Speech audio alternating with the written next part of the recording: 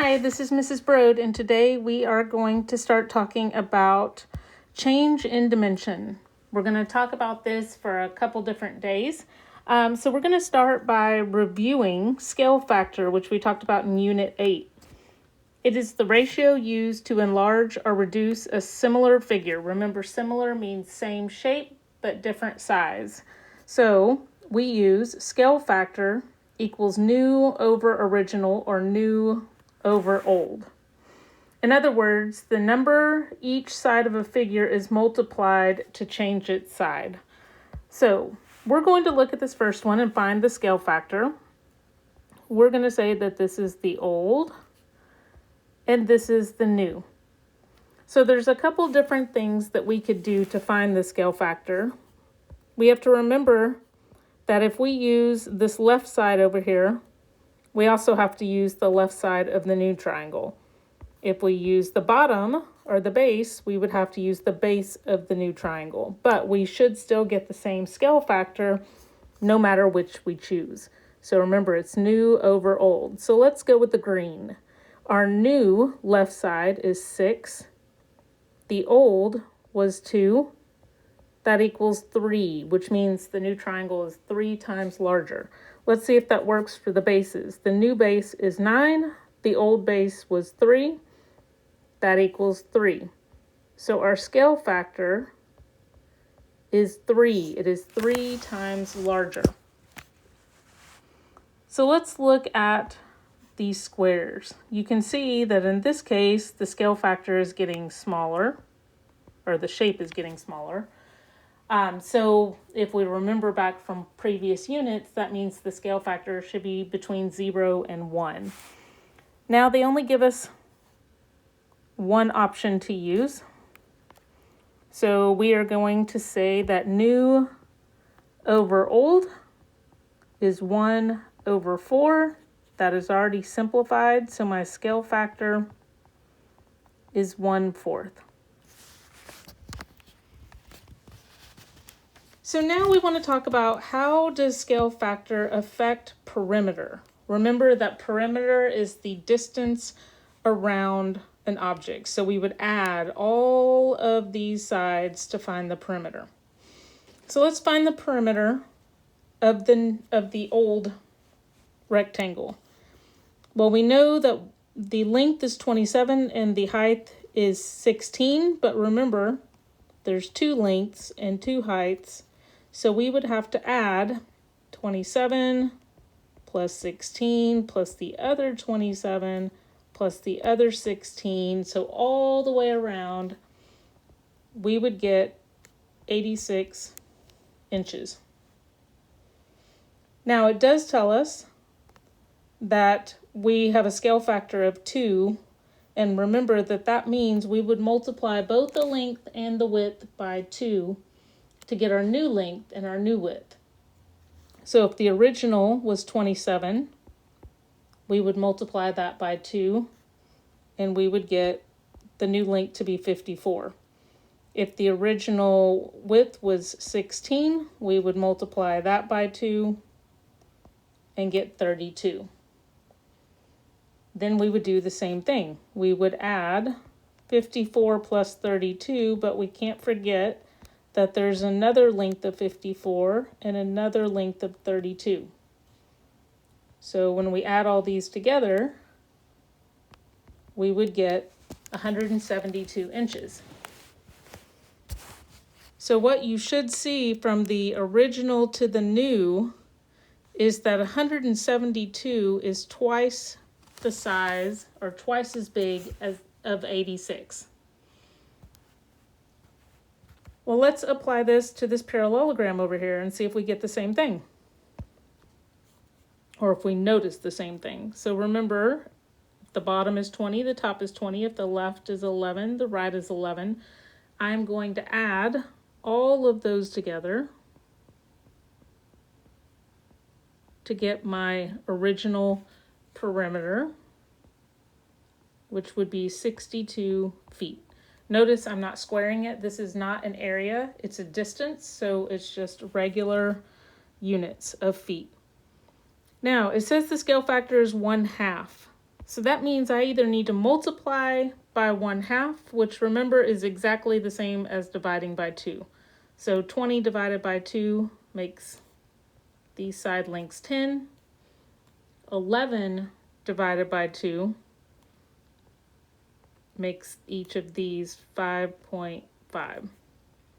So again, let's add them up. 10 plus 5.5 plus another 10 plus another 5.5. If I add all those together, I get 31 feet. So if we look at 62 to 31, what happened? It was divided by 2 or multiplied by 1/2. It is the new perimeter is half the old perimeter. So here's the conclusion that we can come up with. The new perimeter equals the old perimeter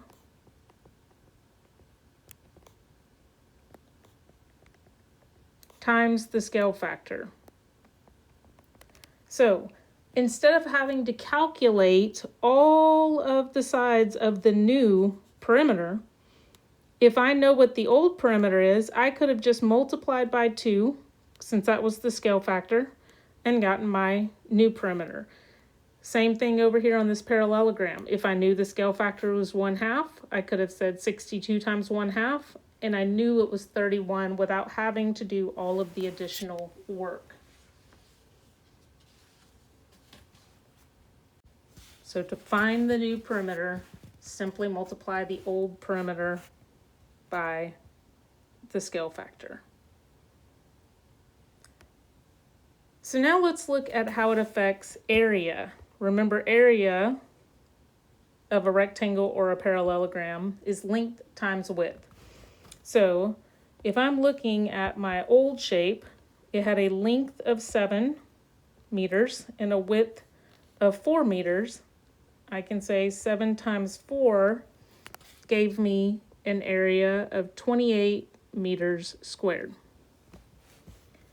So I know that the scale factor is 2, which just like I did in the previous question, I would multiply my length by 2 to get the new length of 14, and my width by 2 to get my new length of 8.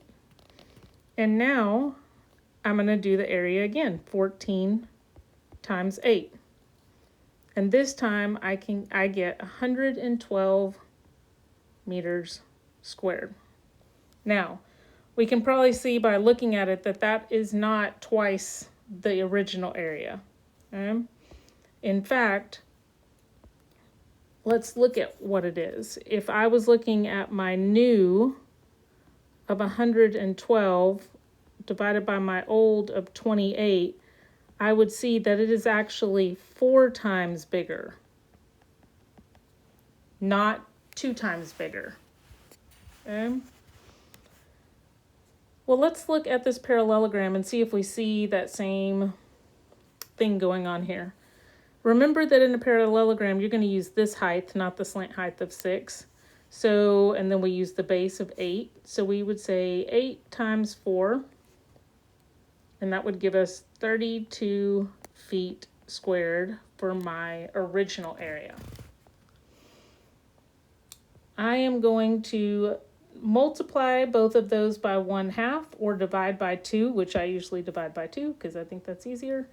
4 divided by 2 gives me a new height of 2. 8 divided by 2 gives me a new length of 4. Then I will do my area again. 4 times 2 is 8 feet. Again, 8 is not half of 32. So let's look at our scale factor. 8 over 32, 8 goes into 32, or 8 goes into 8 once and into 32 4 times. This is actually 1/4 the size of the original. So something different is happening here than happened with perimeter. If you remember that perimeter is a distance, it's one dimension, so its units are just the units. Area is 2-dimensional. That's why we square it. So this is what we should see for our new area. Our new area equals our old area times the scale factor squared. And I'm going to erase some of this other stuff so we can see what's going on there. So the scale factor is squared. So let's look back at the original. If I took 28 and I multiplied it by the scale factor squared, which is 4, 2 times 2 is 4, 28 times 4 gives me the 112. Same thing over here. If I took my original area of 32 and multiplied it by 1/4 or 1/2 squared, 1/2 squared is 1/4. So I would get 8. So let's put this all together because this can be quite confusing. And this little block right here will be something great for you to look back at throughout this unit. So remember that I just said that perimeter has one dimension, like distance or length or something like that. It's only one dimension. And so when we write its units, there's no exponent on it, an exponent of 1 on the units, like meters, feet, inches. However, when I'm talking about area, it's 2 dimensions, like length and width. That's why when we write the units for area, we square the units, like feet squared, inches squared, meters squared. So NP, new, here's all what everything means, new perimeter equals old perimeter times just the scale factor. New area equals old area times the scale factor squared because of those dimensions.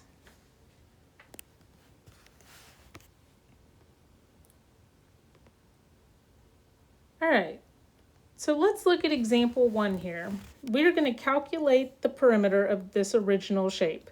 So remember, we're going to do that by adding all the sides. So we know that this is also 13 and 6. So if I do 6 plus 13 plus 6 plus 13, I'm going to get an original perimeter of 38 centimeters.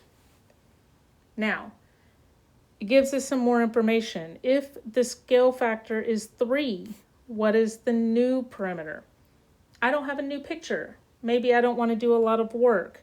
But what I can remember is that the new perimeter equals the old perimeter times the scale factor. Well, we know that. We know that the old perimeter was 38, and we just learned that the scale factor was 3. If we multiply those together, we get a new perimeter that is 3 times larger, 114 centimeters. And we didn't have to draw, we didn't have to multiply the length and the width times 3 each and then recalculate our perimeter. We just used that formula. Okay, so let's try it again, but this time with the perimeter and the area. So let's go ahead and find the original perimeter and the original area. So perimeter would be adding all the sides together. So 5 plus 4 plus 5 plus 4, which we can see is 18.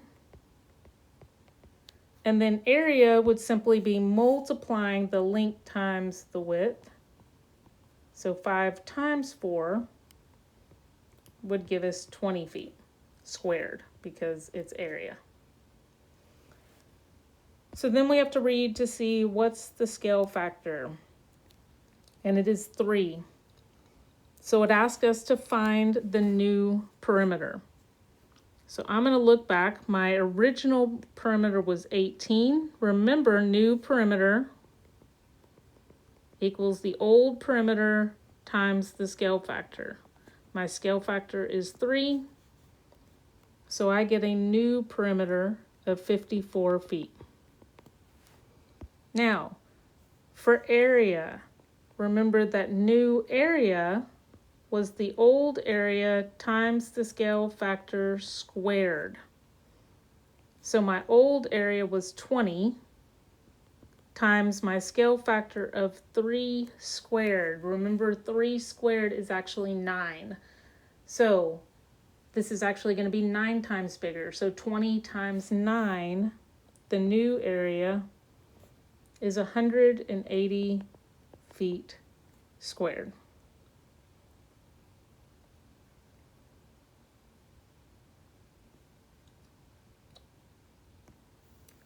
Okay, so one more, they just want to know the area. So remember when we have a shape like this, we can divide it off and find the area of each piece. So I'm not going to look at this. I'm going to do 12 times 10. This piece is 120 feet squared. And then my little square is 6 times 5. It is 30 feet squared. So I've got an original area of 150 feet squared. So then we read on. They give us a scale factor of 1/2. That tells us that the new shape is going to be smaller. It says, what is the new area? Well, I don't want to draw that out and figure out all of those sides, but I do know this is my formula, old area times scale factor squared. I do know that my old area was 150. I do know that my scale factor was 1/2, and I can square that, and I can use my calculator to do that. And what I can see, 1/2 squared is 1/4.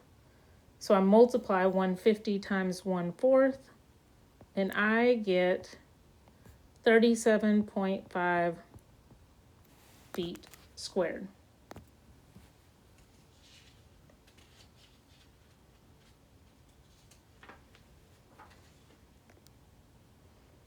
Okay, so that is it for today.